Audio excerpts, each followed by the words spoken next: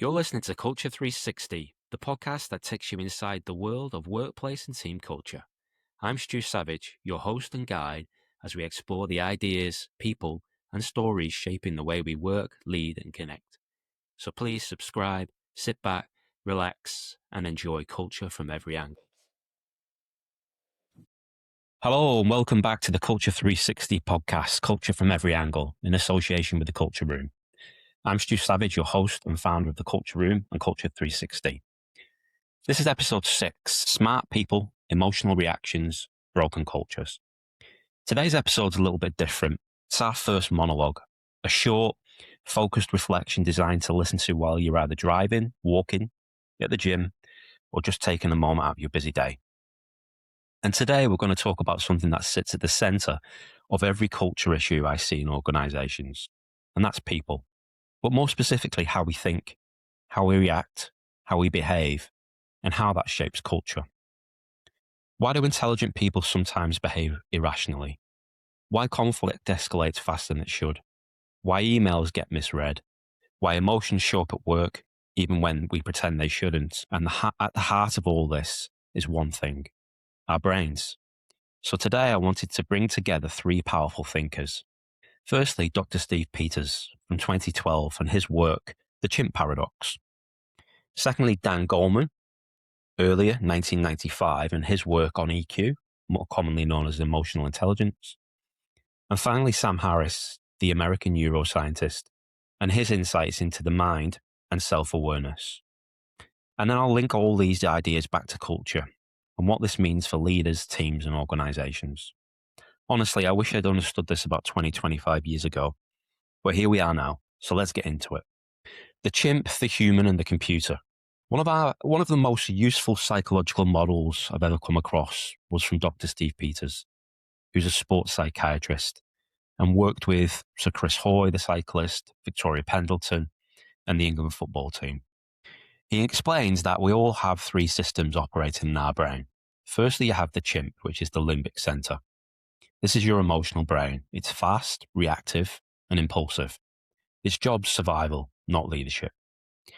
Your chimp jumps to conclusions. It detects threats, even when they're not real, gets defensive, personalizes things, catastrophizes, reacts before you can think. If you've ever sent an email and later regretted it, yep, that was your chimp. If you've ever read a message and immediately felt attacked, a hostile email, for example, that was your chimp. If you walked out of a meeting or something similar and think, why did I react like that? Yeah, that's your chimp. But your chimp's not bad. It's not wrong. It's just emotional. The second system is the human. This is your rational brain, your prefrontal cortex. It's calm, logical, and reflective. Your human can pause. It can listen. It can problem solve. It can choose its response. But here's the catch. The human's slow, much slower than the chimp. And when you're triggered, your human goes offline. A bit like the old internet dial-up if you're old like me. Which is why your emotional reaction shows up first. The chimp is 5 times stronger than the human, and this is why the pause matters. The third system is the computer.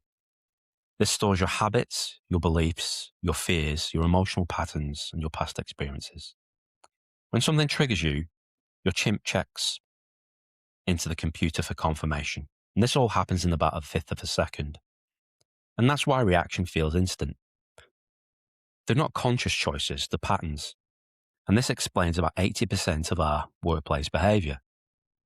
So why does this matter for culture? So let's zoom out. A workplace is essentially dozens, hundreds, if not thousands of chimps interacting with other chimps, all running different computers and different humans, often before the human brain has even woke up. This explains why conflict escalates, why feedback feels personal in a performance review, for example, why communication breaks down, why emotions run hot under pressure. It's not because people are difficult, it's because they're human. Workplaces constantly trigger our chimps, and then we act surprised when emotional behavior shows up. But once you understand this model, culture becomes far easier to work with. As one guest on the podcast, James Nelson, in episode 4 pointed out, seek to understand before judgment or control. And Rob Watson in episode 2 said, always ask why. Think about the behaviors underneath. There's always something underneath the behavior lurking in the corner.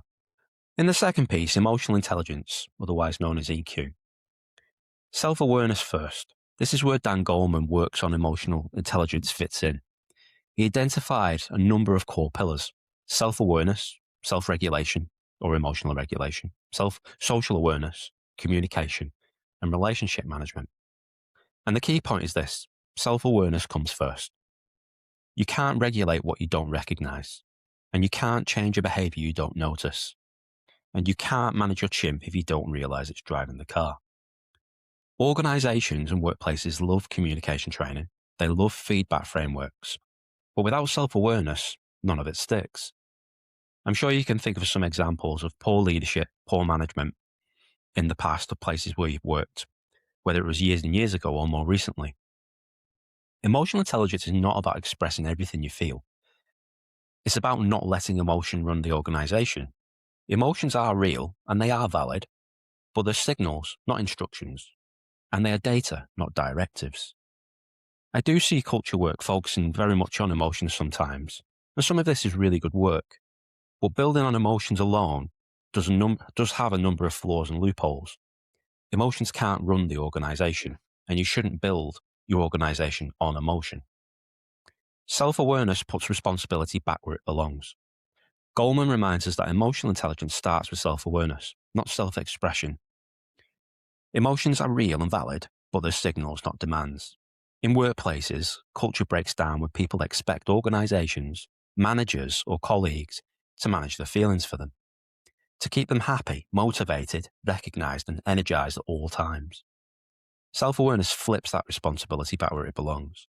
It allows us to notice what we're feeling, understand why it's there, and choose how or whether to act on it. Emotional regulation doesn't mean ignoring emotion. It means not letting it run the organization.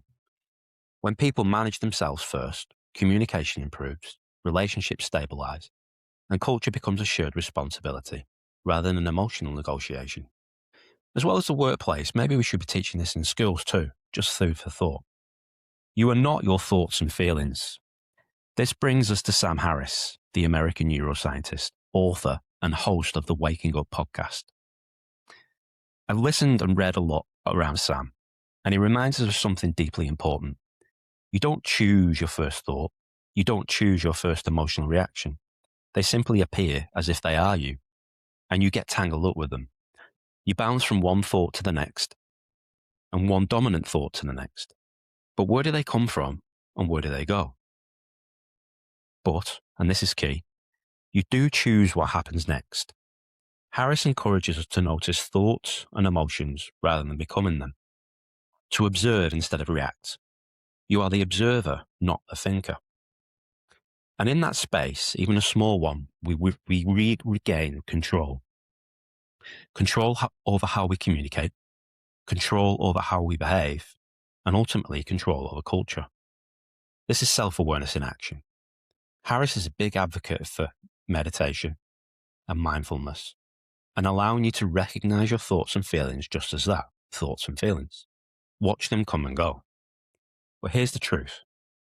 Culture is emotional, but emotions cannot lead. Culture breaks down when reactions override reflection, feelings override facts, and chimps override humans.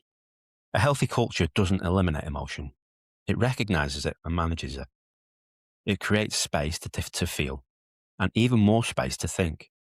A regulated culture beats an emotional one every time. So how about some practical tools we can use day to day? So let's get practical.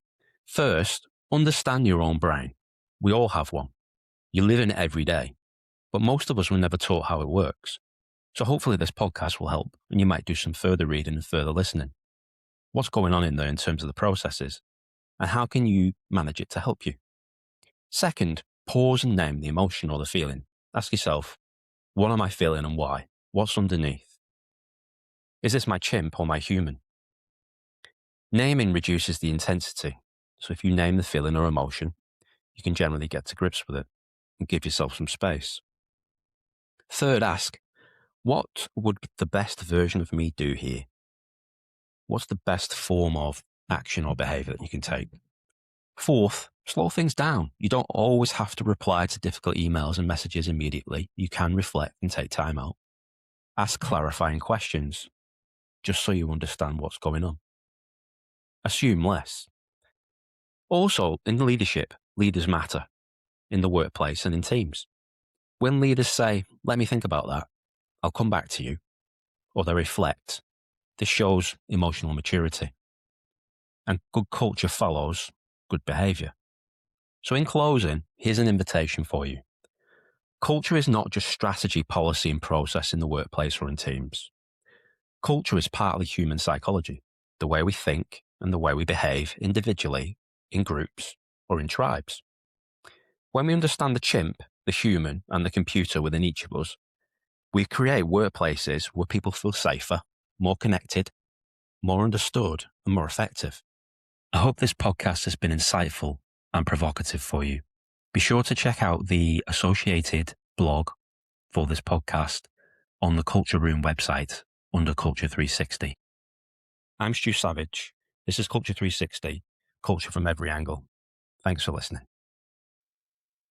If you enjoyed the Culture 360 podcast, and like me, you geek out on leadership and organisational culture, then please smash a like, subscribe, and share the podcast. Also, if you have any feedback or ideas, or you'd like to get in touch, then please connect with the Culture Room at thecultureroom.co.nz or on our various social media platforms. Thanks for listening.